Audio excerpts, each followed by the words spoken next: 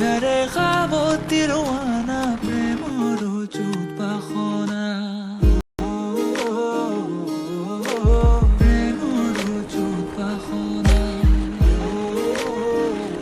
Hello viewers নমস্কাৰ সকলোকে আজি মই আপোনালোকৰ কাৰণে লৈ আনিছোঁ আন এটি ভিডিঅ' আজি মই আছোঁ ঐতিহ্যমণ্ডিত মন্দিৰ দীৰ্ঘেশ্বৰী মন্দিৰ এই মন্দিৰটো অৱস্থিত উত্তৰ গুৱাহাটীৰ সীতা পৰ্বতত এই মন্দিৰটো বহুত পুৰণি মন্দিৰ আৰু মন্দিৰটোৰ বিষয়ে বহুতো নজনা কথা আজি জানিবলৈ পাম আৰু আপোনালোককো জনাবলৈ চেষ্টা কৰিম আহকচোন মোৰ লগত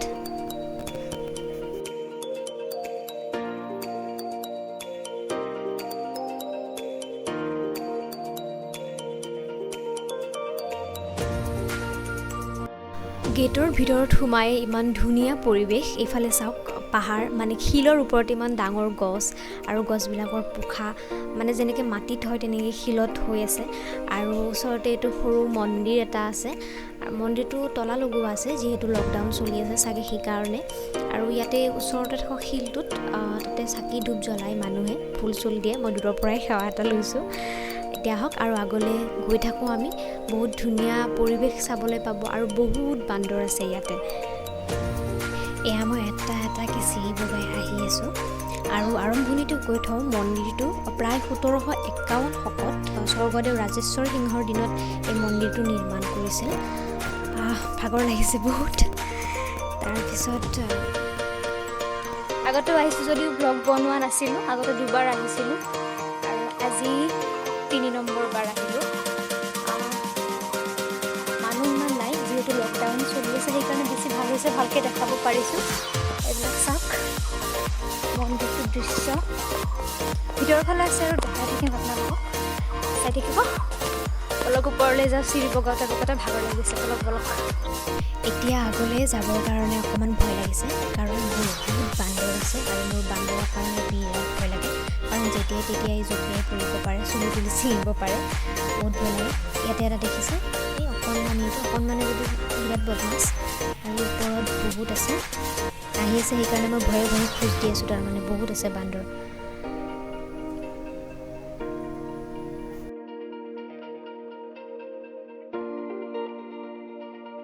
যাত্ৰী বাৰু 2-1জন নথকা নহয় এইটো গণেশ মন্দিৰ হয় ইয়াতেও চাকি ধূপ জ্বলোৱা হয় মেইন মন্দিৰটো পোৱাৰ আগত বহুত সৰু মন্দিৰ আছে ইয়াতে বহুত মানে আছে 3-4টা মন্দিৰ পোৱা যায় আৰু ওপৰত গৈ এয়া আমি পালোঁ কি আচৰিত বস্তু চাওকচোন এইটো কুঁৱাও নহয় পুখুৰীও নহয় কিন্তু ইয়াতে পানী আছে পাহাৰৰ ওপৰত আচৰিত মানে পানী আছে চাওকচোন ভালকৈ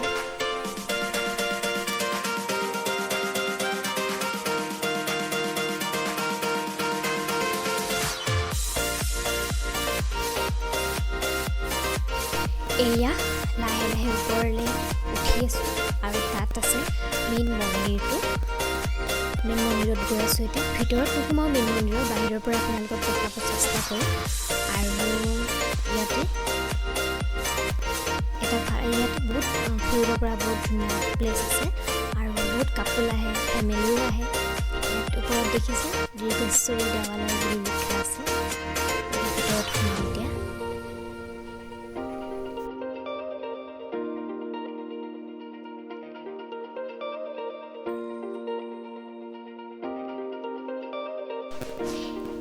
এয়া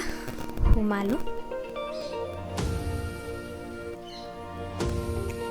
আপোনালোকৰ কেনেকুৱা লাগিছে কমেণ্টত জনাবচোন বাৰু আৰু মন্দিৰটোত আহিব বহুত বেছি ভাল লাগে আহি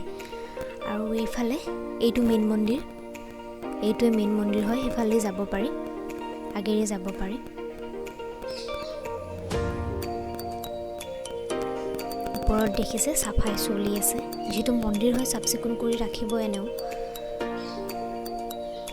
এইটো মেইন মন্দিৰ দেখিছে আৰু ইয়াতে কিবা এখন লিখা আছে দেৱীৰ পদযুগল বুলি বাকীখিনি পঢ়ি লওকচোন এইফালে চিৰিকেইটা যে আছে সেইফালে মন্দিৰটো আছে এইটোত সাধাৰণতে দুৰ্গা দেৱীৰ পূজা সেৱা কৰা হয় আৰু মন্দিৰটোত বিবাহ উপনয়ন চূড়াকৰণ অন্নপ্ৰাশন আদি কাৰ্য সম্পন্ন কৰা হয় এইখন দুৱাৰ দেখিছেনে এই দুৱাৰখনেৰে গ'লে আৰু এটা ভাল লগা বস্তু আমি দেখিবলৈ পাম।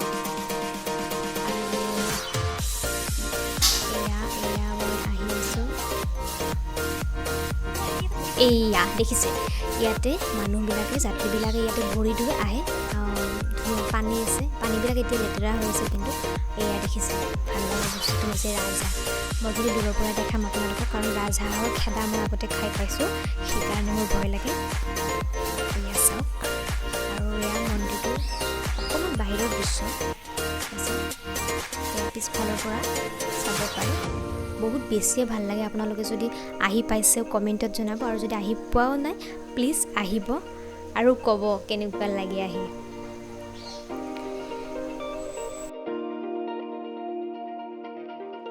ইয়াতে ধুনীয়া বতাহ দি আছে, আৰু এয়া হৈছে মন্দিৰটোৰ একেবাৰে বাহিৰৰ দৃশ্য, মানে পাহাৰখনৰ দৃশ্য।